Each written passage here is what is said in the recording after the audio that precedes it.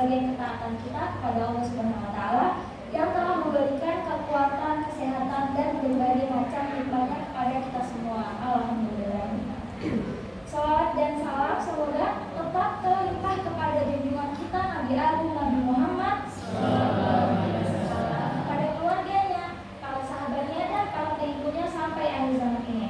Dan mudah-mudahan dengan izin Allah Subhanahu wa taala kita akan mendapatkan syafaatnya di hari kiamat. Sebelum masuk, izinkan saya untuk memperkenalkan diri ya Bu. Perkenalkan, saya Safinah Zahra, mahasiswa Universitas Muhammadiyah Yogyakarta, Prodi Komunikasi dan Penyiaran Islam angkatan 2022. Saya asalnya dari Sulawesi Selatan. Maaf ya Bu, saya nggak bisa bahasa Jawa, jadi saya pakai bahasa Indonesia tadi. Oke, selanjutnya di sini saya akan mengajak untuk kita semua senantiasa berupaya meningkatkan ketakwaan kita kepada Allah Subhanahu wa taala, yang mana itu suatu ketakwaan yang menjadikan kita sebagai orang yang terhindar dari penyakit hati. Nah, sebelum itu saya ingin tanya nih Bu, penyakit hati yang dalam kehidupan kita yang masih sangkut paut dengan Islam yang sering terjadi apa tuh Bu? Bisa masuk. Iya, masuk. Apalagi Bu? Dekat. Nah, benar. Oke. Pada malam hari ini kita akan sama-sama belajar tentang dendam dan iri dengki.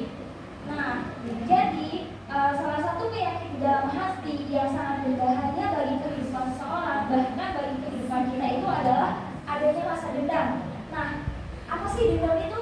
Nah, dendam adalah rasa marah dalam diri seseorang yang sangat kuat dan disertai dengan keinginan kuat untuk membalasnya kembali atau malah lebih dari apa yang orang lain perbuat pada kita.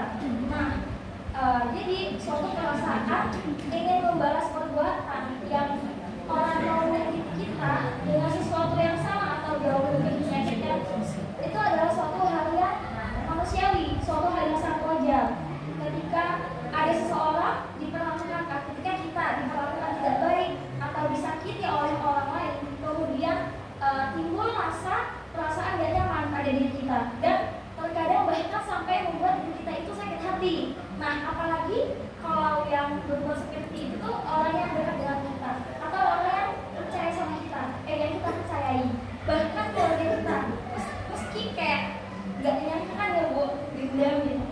Nah, kemudian jadi, tapi kalau misalkan walaupun itu suatu hal yang manusiawi, tapi jika hal tersebut itu menimbulkan rasa dendam dan ada rasa ingin membalas untuk menyakitinya kembali, nah maka itu merupakan sifat yang berbahaya yang dapat menimbulkan berbagai permasalahan baru dan dosa yang tak kunjung akan henti.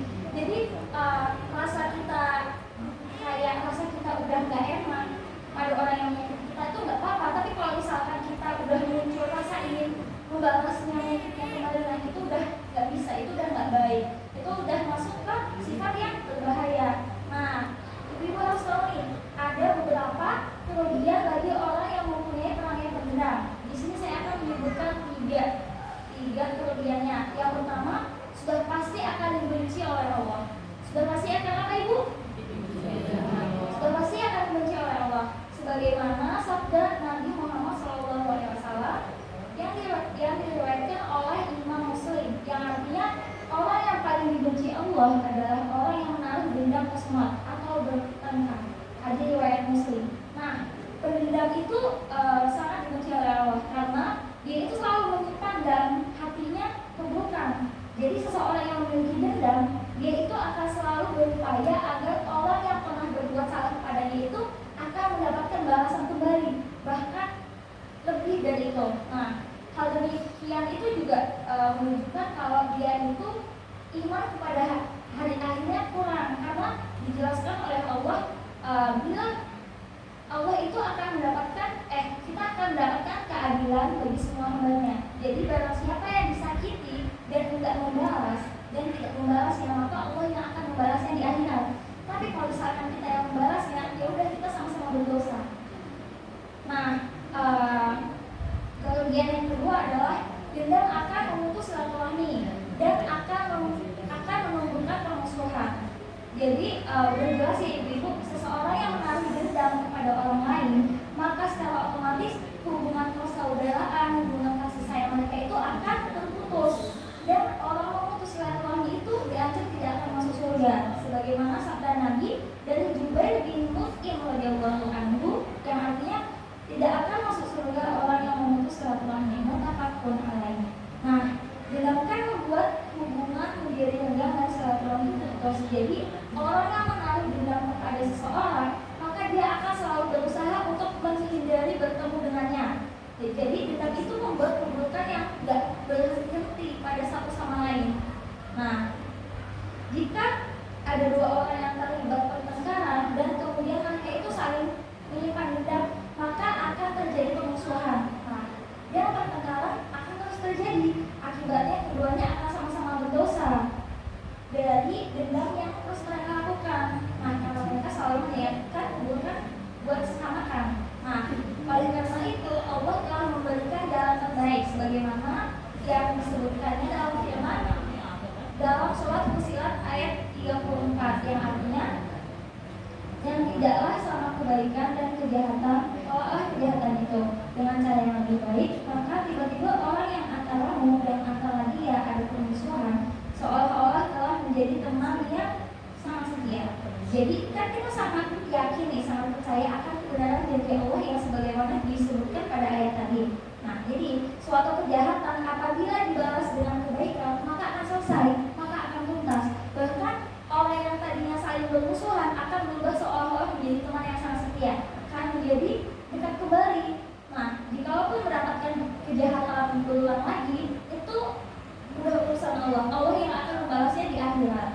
Namun kalau sebaliknya jika kejahatan dibalas dengan kejahatan, nah perbuatan itu yang tidak akan berhenti, akan terus timbul permusuhan dan terus menerus mengalirkan dosa di antara mereka berdua. Nah, kita lanjut ke selanjutnya. Kerugian yang ketiga adalah bagi orang yang dendam ialah akan mudah timbul iri dan dengki. Dan akhirnya kebaikan-kebaikan yang telah diamalkan sama si orang di dalam hati yang sampai menimbulkan iri dengki ini, dia akan amal-amal dia akan hangus terbakar begitu saja. Jadi ketika di dalam hati seseorang terdapat rasa dendam, maka akan sulit untuk melihat kebahagiaan orang lain. Jadi nih, ketika ada orang dendam kepada saya, ketika saya mendapat rezeki, mendapat anugerah, orang yang dendam kepada saya akan iri kepada saya, dan orang itu akan berusaha untuk bagaimana mengambil anugerah rezeki dari saya, mengambil kebahagiaan itu dari saya. Jadi dia tuh selalu ingin membuat saya itu tidak bahagia. Jadi yang dia inginkan tuh hanya keburukan bagi kita. Nah, sebagaimana yang disebutkan Nabi Muhammad, yang artinya jauhilah hasad dengki, karena hasad itu dapat memakan kebaikan seperti api memakan kayu bakar. Jadi kalau misalkan kita udah beramal banyak tapi kita masih memiliki sifat dendam iri dengki, amal kita tuh kayak sia-sia, sama aja, dia akan hangus begitu saja. Nah, untuk itu mari kita renungkan firman Allah ayat 133-134 surah Al-Imran, yang artinya, dan bersegeralah kamu kepada ampunan dari Tuhanmu dan kepada surga yang luasnya seluas langit dan bumi, yang disediakan untuk orang-orang yang bertakwa, yaitu orang-orang yang menafkahkan hartanya baik di waktu lapang maupun sempit, dan orang-orang yang menahan amarahnya dan memaafkan kesalahan orang. Allah menyukai orang-orang yang berbuat kebaikan. Nah, sebagai penutup, kita berharap semoga Allah Subhanahu wa Ta'ala senantiasa membimbing kita menuju jalan yang lurus dan selalu menjauhi setiap langkah kita. Semoga Allah selalu memberikan hati kita hati bersih untuk selalu saling memaafkan kepada sesama. Oke, cukup sekian dari saya. Kurang lebihnya mohon maaf. Wassalamualaikum warahmatullahi wabarakatuh.